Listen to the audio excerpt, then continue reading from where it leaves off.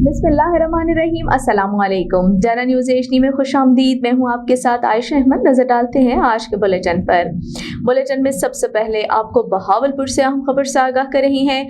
DPO Syed Mohammad Abbas ने desert jeep rally के दूसरे रोज इवेंट के मुख्तलिफ मकामात का दौरा किया। डीपीओ ने ड्यूटी पर मौजूद अफसरान और एहलकारों को ब्रीफ किया। डीपीओ ने फुल प्रूफ सिक्योरिटी को यकीनी बनाने के अहकामात जारी किए। इवेंट से लुत्फानंदोज होने के लिए आने वाले शायकीन की सहूलत के लिए और ट्रैफिक की रवानगी को बरकरार रखने के लिए ट्रैफिक पुलिस के एहलकार रूट पर तैनात हैं। पुलिस की इजाफी नफरी भी किसी नागहानी सूरत हाल से निपटने के लिए हम वक्त अलर्ट है। पुलिस के तमाम अफसरान सेंट्रल कंट्रोल रूम से मुंसलिक।